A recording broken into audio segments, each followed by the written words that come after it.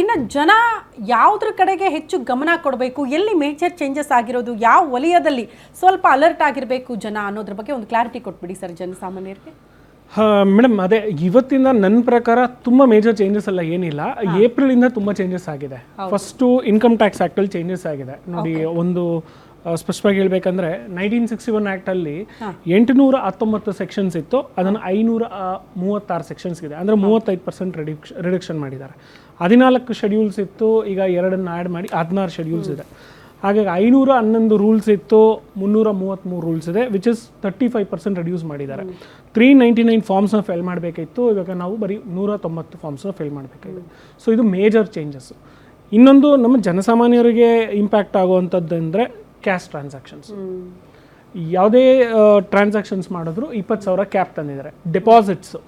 Deposits with PAN ಮಾಡೋದಾದರೆ SB ಅಕೌಂಟಲ್ಲಿ 10 lakh, without PAN ಬರೀ 5 ಲಕ್ಷಕ್ಕೆ ಮಾತ್ರ ಇದೆ. ಓಕೆ, ಸೊ ಕರೆಂಟ್ ಅಕೌಂಟ್ ಆದರೆ 50 ಲಕ್ಷ. ನನ್ನ ಪ್ರಕಾರ ವಿತೌಟ್ ಪ್ಯಾನ್ ಅದರದ್ದು ಇದೇ ಬರಬಾರ್ದು. ಕಾರಣ ಯಾಕಂದರೆ ಕರೆಂಟ್ ಅಕೌಂಟ್ ಓಪನ್ ಮಾಡಬೇಕಾದ್ರೆ ಒಂದಷ್ಟು ನಾರ್ಮ್ಸ್ ಇದ್ದೇ ಇರುತ್ತೆ, ಅದರಲ್ಲಿ ಫೈಲಿಂಗ್ ಮಾಡಬೇಕಾಗತ್ತೆ. ಸೊ ಮೇಜರ್ ಚೇಂಜಸ್ಸು ನನ್ನ ಪ್ರಕಾರ ಏಪ್ರಿಲಲ್ಲೇ ಬಂದಿರೋದ್ರಿಂದ ನಮಗೆ ಕ್ಯಾಶ್ ಟ್ರಾನ್ಸಾಕ್ಷನ್ಸ್ ಮೇಲೆ ಹೆಚ್ಚು ಒತ್ತು ಕೊಡಬೇಕಾಗತ್ತೆ. ನಾವೇನಾದರೂ ಅನ್ಎಕ್ಸ್ಪ್ಲೇನ್ಡ್ ಕ್ಯಾಶ್ ಏನಾದರೂ ಟ್ರಾನ್ಸಾಕ್ಷನ್ಸ್ ಆಗಿದ್ದರೆ ನಮಗೆ 84% ಟ್ಯಾಕ್ಸ್ ಬೀಳೋ ಸಾಧ್ಯತೆ ಇದೆ. ಓಕೆ, ಸೊ ಅದ ನಂತರ ನಾವು 2 ಲಕ್ಷದ ನಂತರ ಏನಾದರೂ ಟ್ರಾನ್ಸಾಕ್ಷನ್ ಮಾಡಿದ್ರು 100% ಪೆನಾಲ್ಟಿ ಬೀಳೋ ಸಾಧ್ಯತೆ ಇದೆ. ನಾನು 2 ಲಕ್ಷ ಟ್ರಾನ್ಸಾಕ್ಷನ್ ಮಾಡಿದರೆ 2 ಲಕ್ಷ ಮತ್ತೆ ಪೆನಾಲ್ಟಿ ಕಟ್ಟಬೇಕಾಗತ್ತೆ.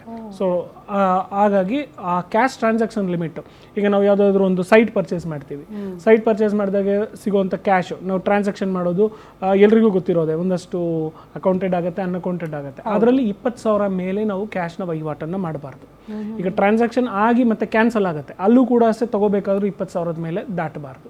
ಅದಕ್ಕೆ ಹೆಂಗೆ ಕ್ಲಾರಿಟಿ ಕೊಡೋದು ಸರ್? ಎಲ್ಲಿ ಯಾವ ರೀತಿ ಕ್ಲಾರಿಟಿ ಕೊಡಬೇಕಾಗುತ್ತೆ? ಬಿಕಾಸ್ ದಿನನಿತ್ಯ ಅಂತ ವ್ಯಾಪಾರ ವಹಿವಾಟುಗಳು ಆಗ್ತಾ ಇರುತ್ತೆ, ಬಟ್ ಅದಕ್ಕೆ ಸಂಬಂಧಪಟ್ಟಂತೆ ಪ್ರತಿ ಹಂತದಲ್ಲೂ ಕ್ಲಾರಿಟಿ ಕೊಡೋದು ಸ್ವಲ್ಪ ಕಷ್ಟ ಆಗಬಹುದಾ ಅಂತ. ಇದು ಮುಂಚೆ ಇತ್ತು, ಇದೇನು ಹೊಸದಾಗಿ ತಂದಿರುವಂಥದ್ದಲ್ಲ. ಹಿಂದೆ ಇನ್ಕಮ್ ಟ್ಯಾಕ್ಸ್ ಆ್ಯಕ್ಟಲ್ಲಿ ಕೂಡ ಇತ್ತು ಇದು. ಬೇಸಿಕಲಿ ನಾನು ಏನು ಹೇಳಿದೆ ನಿಮ್ಗೆ, ಅದಕ್ಕೆ ನಾನೊಂದು ಫಸ್ಟು ನಾನು ಇಂಟ್ರೊಡಕ್ಷನ್ ಕೊಡಬೇಕಾದ್ರೆ ನಾನು ಹೇಳಿದ್ದು ಸ್ಟ್ಯಾಟಿಸ್ಟಿಕ್ಸು 140 crore ನಮ್ಗೆ ಇರೋವಂಥದ್ದು ಇದರಲ್ಲಿ 21% ನಮಗೆ ಇನ್ಕಮ್ ಟ್ಯಾಕ್ಸಲ್ಲಿ ಬರ್ತಾ ಇದೆ. 9 ಕೋಟಿ ಜನ ಫೈಲರ್ಸ್ ಇದ್ದಾರೆ, ಅದರಲ್ಲಿ 5 ಕೋಟಿ ಜನ ಟ್ಯಾಕ್ಸ್ ಪೇ ಮಾಡ್ತಾ ಇದ್ದಾರೆ. ಇನ್ನು ಮಿಕ್ಕಿದ್ದವರು ಏನಾಗ್ತಾ ಇದೆ ಅದು ಒಂದು ಕ್ವಶನ್ ಇದೆ. ಸೊ ಆದರೂ ಕೂಡ ಇನ್ಕಮ್ ಟ್ಯಾಕ್ಸಲ್ಲಿ 21% ಇನ್ಕ್ರೀಸ್ ಆಗಿದೆ, ಆದರೆ ಇಂಡೈರೆಕ್ಟ್ ಟ್ಯಾಕ್ಸಸಲ್ಲಿ ಇನ್ಕ್ರೀಸ್ ಆಗಿಲ್ಲ. ಸೊ ಇವರನ್ನು ಟ್ಯಾಕ್ಸ್ ಬ್ರ್ಯಾಕೆಟ್ ಒಳಗಡೆ ತೊಗೊಬರ್ಬೇಕಾಗತ್ತೆ. ಅಂದರೆ ಗೌರ್ಮೆಂಟು ವ್ಯವಹಾರಗಳ ಟ್ಯಾಕ್ಸನ್ನು ಮಾಡೋದೇ ಒಂದು ಕೆಲಸ ಅಲ್ಲ, ಟ್ಯಾಕ್ಸ್ ಒಳಗಡೆ ತರೋವಂಥದ್ದು ಕೆಲಸ ಆಗಬೇಕಾಗತ್ತೆ. ಟ್ಯಾಕ್ಸ್ ಒಳಗಡೆ ಬಂದಾಗ ಏನಾಗುತ್ತೆ, ಟ್ಯಾಕ್ಸ್ ಬ್ರ್ಯಾಕೆಟ್ ಜಾಸ್ತಿ ಆಗುತ್ತೆ, ಜನ ಅದನ್ನು ತೊಗೊಳುತ್ತೆ. ಸೊ ಗೌರ್ಮೆಂಟ್ ಸಿಂಪಲ್ಲು, ನನಗೆ ಒಂದು ಪರ್ಸೆಂಟೇಜ್ ಮೇಲೆ ಟ್ಯಾಕ್ಸ್ ಹೋಗುತ್ತೆ.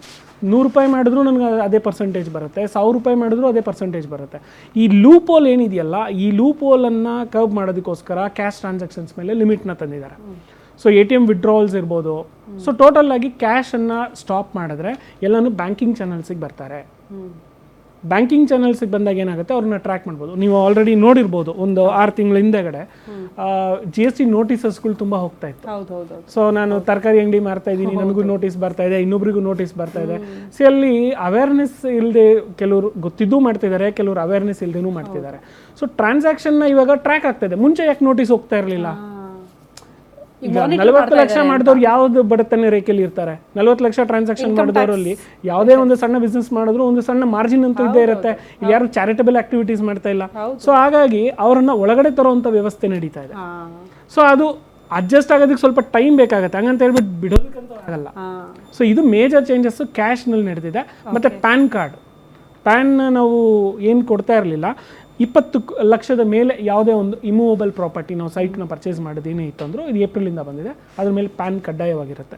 ಮತ್ತು ಮೋಟರ್ ವೆಹಿಕಲ್ ನಾವು 5 ಲಕ್ಷದ ಮೇಲೆ, ನನ್ನ ಇನ್ಕಮೇ ಇರೋದಿಲ್ಲ. ನೀವು ನೋಡಿರ್ಬೋದು, ಲೈನಲ್ಲಿ ಎಷ್ಟೋ ಜನ ನಿಂತಿರ್ತಾರೆ, ಒಂದು ಐಫೋನ್ ಇಟ್ಕೊಂಡು ಬರ್ತಾರೆ, ಆದರೂ BPL ಕಾರ್ಡಲ್ಲಿ ಇರ್ತಾರೆ. ಹೌದು. ಸೊ 5 ಲಕ್ಷದ ನಂತರ ಮೇಲೆ ಯಾವುದಾದ್ರೂ ಮೋಟರ್ ವೆಹಿಕಲ್ಸ್ ಅಥವಾ ಯಾವುದೇ ಪರ್ಚೇಸ್ ಮಾಡಿದ್ರು ಕೂಡ ಪ್ಯಾನ್ ಕಾರ್ಡ್ ಕಡ್ಡಾಯ ಆಗಿರುತ್ತೆ.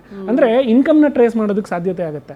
ಮತ್ತು 2 ಲಕ್ಷ ಯಾವುದಂತ ಗೂಡ್ಸ್ ಸರ್ವಿಸಸ್ ಏನಾದರೂ ಎಕ್ಸ್ಟ್ರಾ ನಾವು ಪರ್ಚೇಸ್ ಮಾಡ್ತೀವಿ ಅಂದರೂ ಕೂಡ ಅದಕ್ಕೂ ಪ್ಯಾನ್ ಕಾರ್ಡ್ ಕಡ್ಡಾಯವಾಗಿರುತ್ತೆ.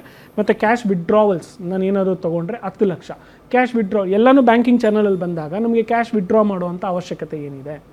ಸೊ ಈ ಇನ್ಫಾರ್ಮೇಷನ್ಸ್ ಎಲ್ಲಿ ಹೋಗುತ್ತೆ ಅಂದರೆ, ಬ್ಯಾಂಕಿಂಗ್ ಅವರು ಮತ್ತು ಸಬ್ ರಿಜಿಸ್ಟ್ರಾರ್ ಯಾರು ಇರ್ತಾರಲ್ಲ ಅವರು ಇನ್ಕಮ್ ಟ್ಯಾಕ್ಸ್ಗೆ ಇನ್ಫಾರ್ಮೇಷನ್ ಕೊಡಲೇಬೇಕಾದಂಥ ಪರಿಸ್ಥಿತಿ. ಮೇಡಮ್, ಇವ್ರನ್ನ ಏನೇನು ಸಲಹೆ ಅಂತ ಕೇಳಿದ್ರಿ, ನಾನು ಒಂದು ಸಾರ್ವಜನಿಕ ಒಂದು ಪ್ರಜೆ ಅನ್ನೋದ್ರಿಗೆ ಒಂದು ಸೋಷಿಯಲಿ ರೆಸ್ಪಾನ್ಸಿಬಲ್ ಸಿಟಿಸನ್. ಇವರು ಒಂದು ವಿಮೆಯಲ್ಲಿದ್ದಾರೆ, ಇವರು ICWA, ನಾನು ಬ್ಯಾಂಕಿನ ಒಬ್ಬ ಸಾಧಾರಣ ಪ್ರಜೆ ಅಂತ. ನಾವೆಲ್ಲರಿಗೂ ಕೂಡ ನಮಗೆ ಒಂದು ಮಾರಲ್ ರೆಸ್ಪಾನ್ಸಿಬಿಲಿಟಿ ಇರುತ್ತೆ. ನಾವು ನಮ್ಮ ರಾಜ್ಯ ಅಥವಾ ರಾಷ್ಟ್ರದ ಆರ್ಥಿಕತೆಗೆ ನಾವು ಕಾಂಟ್ರಿಬ್ಯೂಟ್ ಮಾಡಬೇಕು. ಆ ಜವಾಬ್ದಾರಿ ಮೊದಲು ಬೇಕು, ಮೊದಲನೇ ಪಾಯಿಂಟು. ಎರಡನೇದು, ನಾನು ಯಾವುದೋ ಒಂದು ನೇಸಿನ ಕಡೆಗೆ ವಿಸಿಟಿಂಗ್ ಫ್ಯಾಕಲ್ಟಿ ಅದು ಹೇಳಿದೆ, you cannot evade tax, you cannot avoid tax, you cannot escape tax ಅಂತ ಹೇಳ್ತೀನಿ. 10 ರೂಪಾಯಿ ಕೊಡೋ ಕಡೆ 5 ರೂಪಾಯಿ ಕಟ್ಟು. ಇವ್ರು ಹೇಳ್ತಾ ಇದ್ದಂಗೆ ಅಲ್ಲಿಗೆ 150 ಕೋಟಿಲಿ 5 ಕೋಟಿ ಜನ ಮಾತ್ರ ಟ್ಯಾಕ್ಸ್ ಕಟ್ಟೋದು ಅಂತ ಹೇಳಿದ್ರೆ ಕೇವಲ 3-4% ಜನನ ಅಲ್ಲಿಗೆ ಆದಾಯ ಕಟ್ಟೋದು. ಮಿಕ್ಕಿದ್ದವರೆಲ್ಲ ಏನು ತೋಟದ ಛತ್ರನ ಇದು ಅಲ್ಲ. ಇದು ನಾನು ಹೇಳೋದನ್ನೇ, every rupee you earn at least 1 paise ಕಟ್ಟಲಿ ಪ್ರತಿಯೊಬ್ಬನು. ಹಿಂದೆ ಏನೋ ಒಂದು 70-80 ವರ್ಷದ ಹಿಂದೆ ಯಾವುದೋ ಒಂದು ಕ್ಷೇತ್ರಕ್ಕೆ, ನಾನು ಯಾವತ್ತೂ ಹೇಳ್ತೀನಿ, real India is in rural India. ಅಂದರೆ ಒಂದು ಆರ್ಥಿಕ ಅಂದರೆ ಎಕಾನಮಿ ಅಂದರೆ ಒಂದು 100 ರೂಪೀಸ್ ಎಕಾನಮಿ ಅಂದರೆ ಕೈಗಾರಿಕೆಯಿಂದ ಬರೋದು ಒಂದು 40 ರೂಪಾಯಿಂದ ಬರುತ್ತೆ, ಅಗ್ರಿಕಲ್ಚರಿಂದ ಒಂದು 30-40 ರೂಪಾಯಿ ಬರುತ್ತೆ, ಅದೇ ಥರ ಸರ್ವಿಸ್ ಇಂಡಸ್ಟ್ರಿಯಿಂದ ಬರುತ್ತೆ. ಏನೋ ಒಂದು ಕಾರಣದಲ್ಲಿ ಯಾವಾಗಲೂ ಅಗ್ರಿಕಲ್ಚರ್ ಫುಲ್ಲಿ ಟ್ಯಾಕ್ಸ್ ಎಕ್ಸೆಂಪ್ಟೆಡ್ ಅಂತ. ಇವತ್ತು ಯಾರು ಒಬ್ಬ ಈವನ್ ಅಗ್ರಿಕಲ್ಚರಲ್ಲಿ 10ಕ್ಕೆ 5 ಜನ ಹೈ ಎಂಡ್ ಕಾರ್ ಇಟ್ಕೊಂಡ್ರು ಎಷ್ಟೋ ಜನ ಅಗ್ರಿಕಲ್ಚರ್ನವರೇ. ನಾವಿನ್ನೂ ಓಲಾ ಊಬರಲ್ಲೇ ಕಾಯ್ತಾ ಇದ್ದೀವಿ. ಸೊ ಅಂದರೆ ಆ ಥರ ಎಕ್ಸೆಂಪ್ಷನ್ ಅನ್ನು ಕೊಡ್ಬೇಡಿ. ಎಲ್ಲವೂ ಬರೀ ಏನು ಬಡ ಫಾರ್ಮರ್ ಏನಾ ಇಲ್ಲ, ಎಲ್ಲ ಫಾರ್ಮ್ ಹೌಸು ಏನು ಬೇರೆ ಬೇರೆ ಇದೆಲ್ಲ ಹೊಸರಿಟ್ಕೊಂಡು ಮಾಡ್ತಾ ಇದ್ದಾರೆ. ಕೆಲವೊಂದೆಲ್ಲ ಯಾಕೆ ಎಕ್ಸಾಮ್ ಮಾಡ್ತೀರಿ? ಅವರನ್ನು ಟ್ಯಾಕ್ಸ್ ಮಾಡಿ, bring more and more people to the tax bracket. ಆವಾಗ ಬೇರೆಯವ್ರಿಗೆ ಬರ್ಡನ್ ಕಮ್ಮಿ ಆಗತ್ತೆ ಅಂತ ನಾನು ಹೇಳ್ತೀನಿ.